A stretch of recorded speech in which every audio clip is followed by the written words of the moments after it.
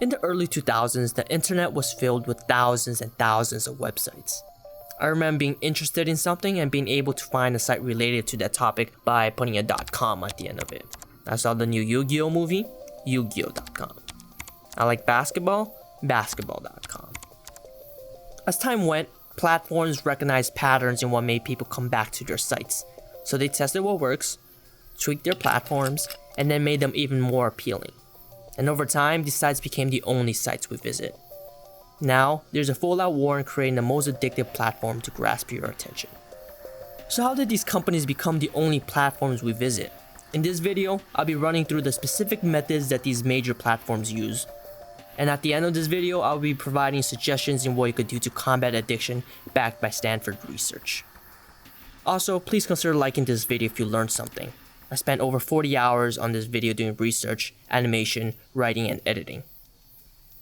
Natasha Schull, an expert in machine design and addiction, made a comment about being approached by software developers that really rubbed me the wrong way, which is actually what inspired me to make this video.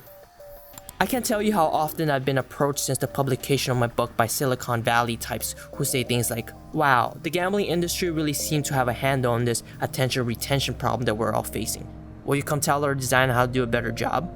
The holy grail that many platforms model themselves after is the slot machine. They're 3 times faster in creating addiction compared to any other casino activity, and overall Americans spend more money on slot machines than they spend on theme parks, baseball, and movies combined. Now, the reason why slot machines are so addicting is because of intermittent reinforcement. Intermittent reinforcement is being randomly rewarded when you perform a certain action. So sometimes you get a reward for pulling a lever, and sometimes you don't. Social media works in a similar way. We refresh the app, and sometimes we get something interesting, and sometimes we don't. They have it designed where we don't know where we're getting our next hit of dopamine. Most of the time, we don't find anything interesting in our feeds, but that's exactly what keeps us coming back. Every time we refresh the app, we subconsciously think, "Oh, this time I'm gonna get that good feeling." This is a very simple concept, but super powerful. Many psychologists believe that intermittent reinforcement is one of the tools that abusers in an abusive relationship use to keep their partners with them. Something else that I found super interesting while doing research is that the pulling to refresh function on apps is modeled based on the action of pulling down on a slot machine. In both functions, you're performing a pulling down motion to possibly get a reward. Lauren Pritchard, the creator of pull to refresh function, has been on record stating that he regrets creating this function. Another method that these platforms use is streamlining our ability to get stimuli. Social media platforms will minimize anything that creates friction from you and your reward. The scrolling function, for example, was a game changer in the early days. The old way to navigate a site was to use your mouse, drag it to a place where you want to go, click the link, and then get your dopamine hit. The scrolling function eliminated unnecessary steps by simply having you scroll down your mouse wheel to get a reward. No mouse movement, no clicking, and no thinking necessary to get your next hit. Next time there's an update on a social media platform, see if you can spot ways that the platform is trying to get you to your reward sooner. Notice how they preload content, how they preview a video with subtitles as you hover a video. Notice where they're placing the buttons so it's easier for a thumb to reach. I could go on and on, but it really is an endless list of things that they do to keep you on their platform. Keep in mind that nearly everything on their platform is intentionally designed. Social media also uses behavioral techniques to get you addicted. Near EO, a behavior psychologist breaks down the process. It starts with an external trigger, an action, a reward, and then an investment. Through cycles, habits are formed. We see them in all sorts of social media. Once a habit is formed, something previously prompted by an external trigger like a notification, email, or any sort of ring or ding is no longer needed.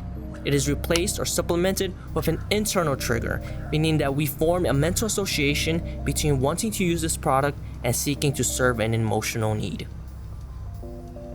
The last thing I want to talk about is social media and the flow state.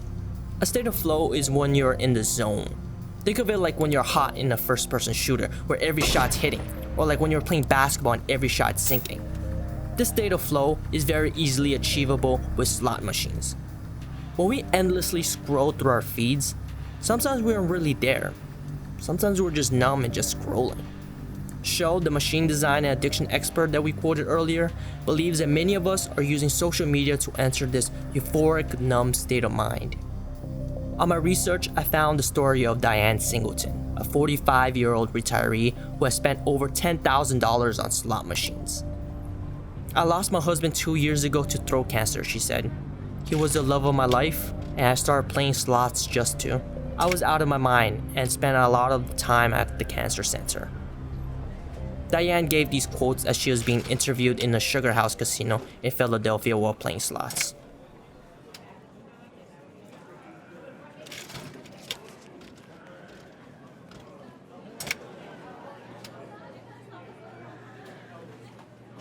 These companies are doing their best to get us hooked, 100%.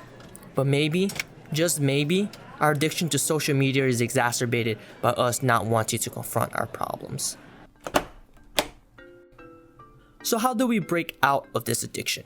First, let's look how social media gets us to go on our phones. We will be using the Fogg behavior model, which was created by Dr. B.J. Fogg, a professor at Stanford University that specializes in creating habits. The model is summarized by the equation behavior equals motivation, ability, and trigger. Motivation is the desire for a particular action. Ability is how easy or hard it is to complete an action. And trigger is what prompts action. If you have a high physical ability to use social media and a high motivation to use social media, and there's a trigger such as a notification, there's a high likelihood that you're going to check your phone. What we need to do is reverse engineer this model to decrease the likelihood that the trigger works. So the first step is to make it hard to get to these platforms. You could maybe physically spend less time with your devices. Maybe you could delete your apps. Whatever you do, make it hard to get to social media. The next step is to decrease your want to check social media. Tell yourself that you want to use social media less and be mindful of your goal throughout the day. By following these steps, you're minimizing the chances of a trigger making you go on social media. I recommend watching this section of the video again so this idea gets engraved into your brain. Timestamp here.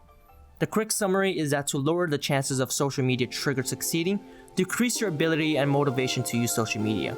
Thousands of professionals are actively trying to modify your behavior, but you're the only one who can actually change your behavior. I just graduated college and I'm giving myself the next 3 months to chase my dreams of having a job where I make art, where I'm constantly learning and providing positive to the world. For the last 8 years, I've been constantly asking myself what I want. And this is it. It's YouTube. Art, learning,